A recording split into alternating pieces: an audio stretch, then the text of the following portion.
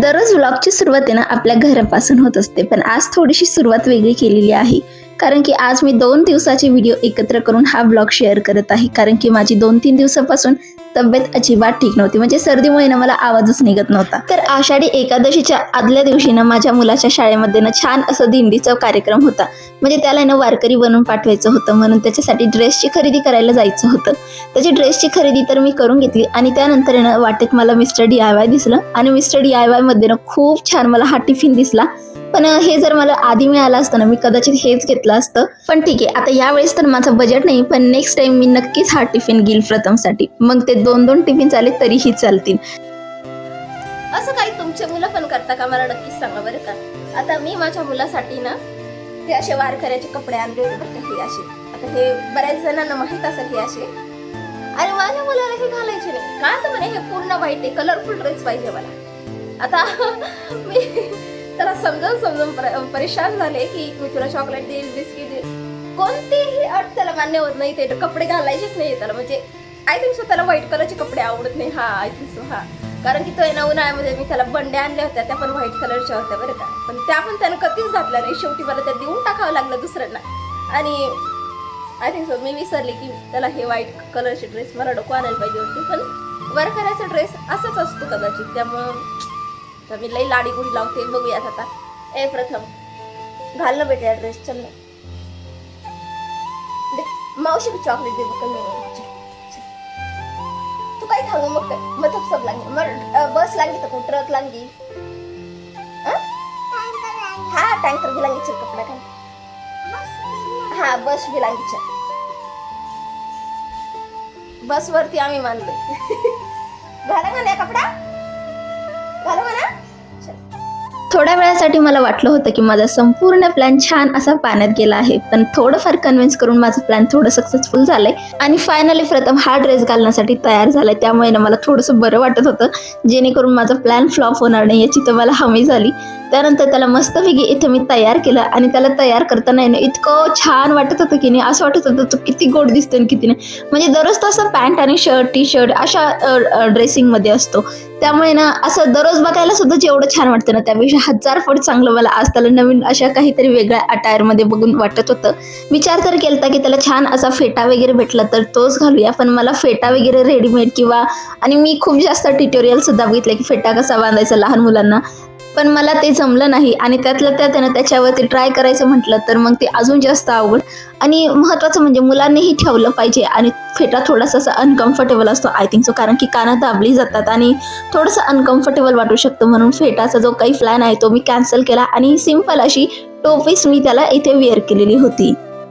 त्यानंतर टिळा देण्यासाठी इथं मी ब्लॅक अँड व्हाईट असा गंध वापरलेला आहे. माझ्याकडे इथे बुक्का आणि जे काही व्हाईट कलरचं चंदन असतं ते नव्हतं, म्हणून गंधाचाच वापर केलाय आणि ते थोडंसं मला सोयीस्कर सुद्धा पडलंय. आणि हा आहे त्याचा काही फायनल लुक. कसा वाटला मला नक्कीच सांगा बरं का.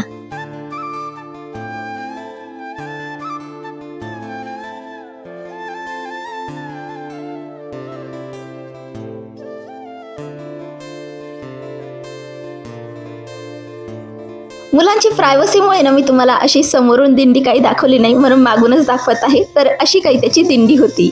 तर मस्तपैकी दिंडीचा कार्यक्रम वगैरे आवरून घेतला आणि त्यानंतर घरी आल्यानंतर त्याचा पहिले मी ड्रेस वगैरे चेंज करून घेतला आणि इथे त्याचा थोडासा अभ्यास घेत होते की हे काय आहे ते काय आहे. म्हणजे व्होकॅब्लरी जी आहे ना ती इथं मी त्याचे करून घेत होते, कारण की त्याची आता सध्या ना व्होकॅब्लरीवर थोडंसं भर द्यायला सांगितलं, तर तेच इथे मला करून घ्यायचं आहे.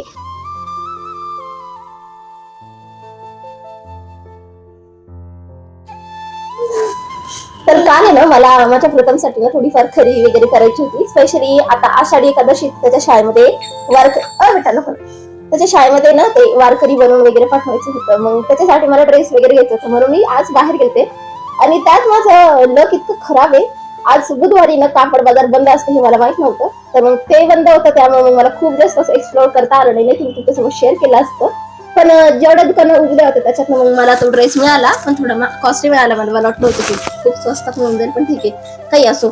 आणि त्यातल्या त्यात त्यांनी एवढा मोठा गडबड केला त्याच्यामध्ये, तुम्हाला सांगते असं स्कॅम आहे ना तुमच्यासोबतही होऊ शकतो. म्हणून मी तुम्हाला शेअर करते की हे ड्रेस आपण पूर्णचा पूर्ण सेट घेतो ना त्यावेळेस, की त्याच्यात टोपी, त्याच्यानंतर तो इथला जो उपकरण असतं ते ड्रेस आणि धोतर त्यावेळेस ते सगळ्यात मोठा प्रॉब्लेम काय करतात माहिती का, ते जे माळ देतात ना ती अगदी छोटी असते. आता याच्यामध्ये मी तुम्हाला दाखवते. आता ही तर आहे टोपी बरं का, ही रामकृष्ण हरी म्हणून अशी. त्याच्यानंतर हे धोतर होतं जे की मी त्याच्यासाठी घेतलंय. हे पजामाचा टाईप काय म्हणतो त्याला, उपरला आय थिंक सो, मला ते आठवते. आणि हा कुर्ता होता बरं का त्याच्यासोबत. आणि याच्यासोबत ते काय म्हणे, आम्ही तुम्हाला कम्प्लीट सेट देतोय, तर तुम्ही त्यामुळे आम्ही तुम्हाला थोडेसे एक्स्ट्रा चार्ज करतोय. आणि काय तर म्हणे कम्प्लीट सेट मध्ये फक्त माळ होती ऍड. आणि माळ देत आहे तुम्ही तर ऍटलीस्ट ही माळ तर चांगली सुद्धा. तुम्हाला सांगते ही माळ त्याच्यासोबत आली. आता तुम्ही म्हणाल ही एकदम छान आहे वगैरे, पण आता तुम्हाला दाखवते मी रिअलिटी. म्हणजे इतकं म्हणजे कुठं गायब आहे. अशी माळ कोण घालणार आहे बरं आपल्या मुलांच्या गायमध्ये. द्यायचं आहे तर थोडं चांगल्या क्वालिटीमध्ये द्यायला पाहिजे ना. मग एवढे पैसे तुम्ही जर चार्ज करताय पूर्ण सेटचा, तर मग हे असं रिझल्ट आहे ना, काही बरं ठीक आहे का बघा तुम्ही. हे बघा म्हणजे याला आहे ना, इथून आहे ना अजिबातच मणी नाही. तुम्हाला दिसतंय का, इथून अजिबातच मणी नाहीये. अगदी थोडेसे मणी याच्यामध्ये दिलेले. आणि म्हणायला होऊन जातं की आम्ही तुम्हाला कम्प्लीट सेट देतोय म्हणून मी तुम्हाला इथं चार्ज करतोय. देताना थोडं चांगलं द्यायला पाहिजे असं मला वाटलं होतं. पण माझी चूक ही झाली, मी त्यावेळेस हे चेक केलं नाही. माझी सगळ्यात मोठी चूक झाली, मी समोरच्या व्यक्तीवरती विश्वास ठेवला आणि तसंच घरी घेऊन आली. आणि आता मला जायला पण ऑप्शन नाही तरी त्याला सांगितलं असतं. पण हे असे फ्रॉड होऊ शकतात, त्यामुळे तुम्ही ना पूर्ण सेट चेक करूनच घेत जा. आणि दुसरं महत्वाचं म्हणजे, मग प्रथम बऱ्याच दिवसापासून कप नव्हता, तर ते कप घेण्यासाठी मी स्टडी यायला गेले आणि तिथून छान असे क्यूटशी असे कप घेऊन आले. तुम्हाला दाखवेल मी. आणि दुसरं महत्वाचं म्हणजे माझा आवाज, आणि तुम्हाला जाणवत असेल मला सर्दी झालेली खूप, तर त्यामुळे थोडंसं ऍडजस्ट करून घ्या. मला खूप दिवस सर्दी झाली, त्यामुळे मला बोलता सुद्धा येत नाही, इतकं परेशानी उडली. तर हा असा अनुभव झाला माझा शॉपिंग सोबत, तो मी तुमच्यासोबत शेअर केला की असे प्रॉडक्ट पण चालू आहेत मार्केटमध्ये. तर घेताना ना समोरच्यावरती एवढा विश्वास टाकून अजिबात घेत नका. जो आपण जर पूर्ण पैसे देतोय, बार्गेन न करता जर पैसे देतोय, तर मग हे अशी क्वालिटी द्यायला काही हे नाही ना. ही अशी क्वालिटी देताना त्यांनी पण विचार करायला पाहिजे की जर समोरची आपल्याला बार्गेन करत नाहीये, एक शब्दाने सुद्धा विचारत नाही कमी करा म्हणून, आणि तुम्ही अशी क्वालिटी देताय, तर मला खरंच थोडं डिसअपॉइंट झालं की माझ्यापेक्षा इथे ना बाहेरच्या गाड्यांचाच आवाज खूप जास्त येत होता, म्हणून मला इथे ना व्हॉइस ओव्हर करावं लागते. तर इथे मी तुम्हाला काय सांगत होते माहिती का, आता यापैकी ना बरेच जण मला म्हणतील की त्यांना कुठं माहीत असतं की हे डिफेक्टिव्ह आहे की नाही. तर मला फक्त एवढं सांगायचं आहे की तुम्ही मार्केटिंग करताना ना आम्ही कम्प्लीट सेट देतोय, असं करतोय तसं करतोय, असं मॅनिप्युलेट करून आहे ना अजिबात मार्केटिंग नका करत जाऊ. कारण की समोरची व्यक्ती कोणत्या परेशानीमधून जात असेल, कोणत्या एरियातनं ती येत असेल, तिथून यायला जायला तिला परवडत असेल का नाही, याचा थोडासा विचार करायला पाहिजे. आता माझ्याकडे ना स्वामींची माळ होती, त्यामुळे तर माझ्याकडून चालून गेलं. पण एखादं दुसरं पॅरेंट असतं ज्याला नाही शक्य झालं असतं, तर त्याच्यासाठी थोडीफार परेशानी झाली असतं. बस मला एवढंच सांगायचं आहे फक्त. चला तर मग आजचा हा व्लॉग मी इथंच संपवते. कसा वाटला आजचा व्लॉग मला कमेंटमध्ये नक्कीच सांगा. आणि भेटूया आपण अजून एका इंटरेस्टिंग व्लॉगचं. तोपर्यंत चॅनलला सबस्क्राईब केलं नसेल तर नक्कीच सबस्क्राईब करून घ्या. तोपर्यंत बाय बाय.